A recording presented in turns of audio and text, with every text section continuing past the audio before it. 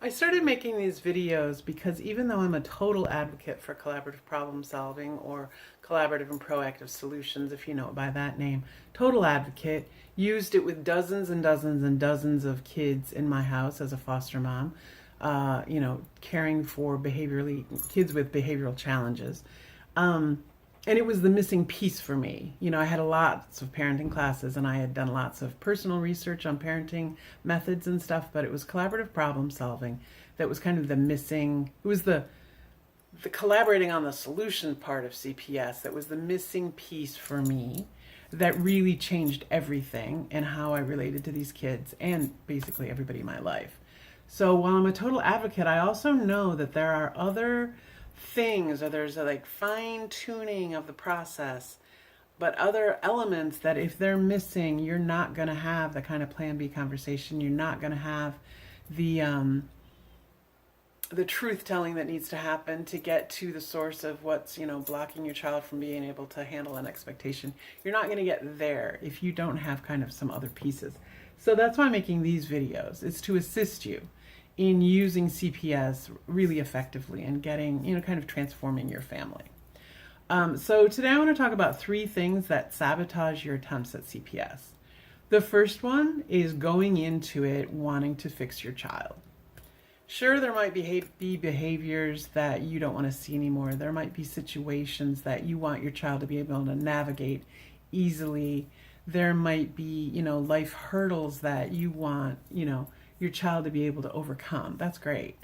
But if you go into this wanting to fix your child, they're going to feel it, number one, and you're not going to be entering into the process with the kind of curiosity of what's going on that you need to be really successful at this.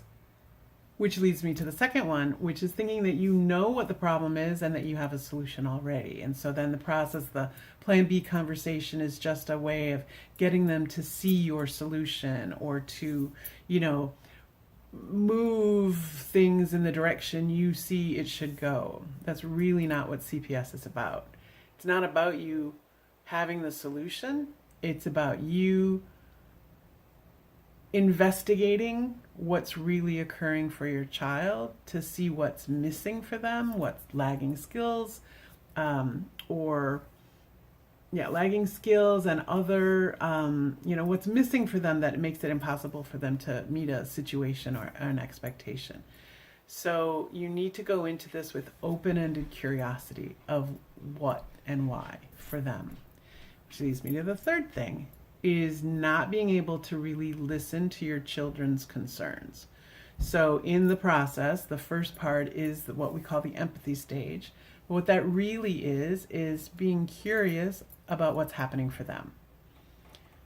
And you won't be able to hear them if you can't believe that they actually know what they're experiencing, right? You have to go in and be able to hear what they're experiencing from their perspective, from where they sit, in a totally judgment-free, with a totally judgment-free energy. That's where it all starts. The empathy isn't, I'm going to do a whole nother video on this, I think, what empathy actually needs to look like.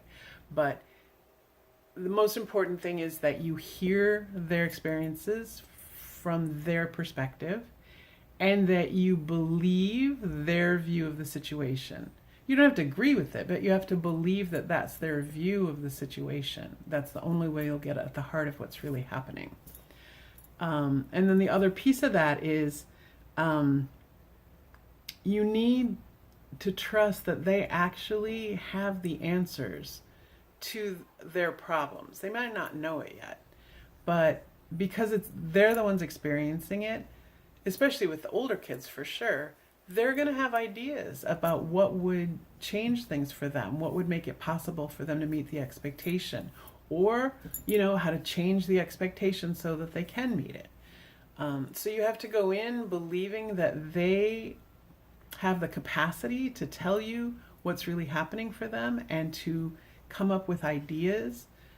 And oftentimes you have to assist them with that. But anyway, come up with ideas of how to solve it for them. Then the second part of the process is that you share your concerns, right?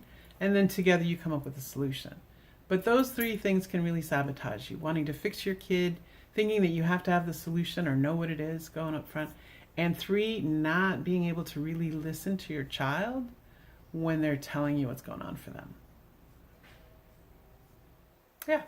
So if you find this helpful, check out my other videos. There might be other things that help you kind of unlock a piece of the process for you that make things flow really easily. And if you do find those, if you find what I say valuable, look me up on Patreon at Patreon Fostering Connections and support me. For as little as $2 a month, you can get these videos and more resources and more in-depth videos to help you with the process. And I would love your support, and then we can talk that way and kind of get at maybe what is showing up for you that you need help with. Anyway, hope you enjoyed it. Have a good day.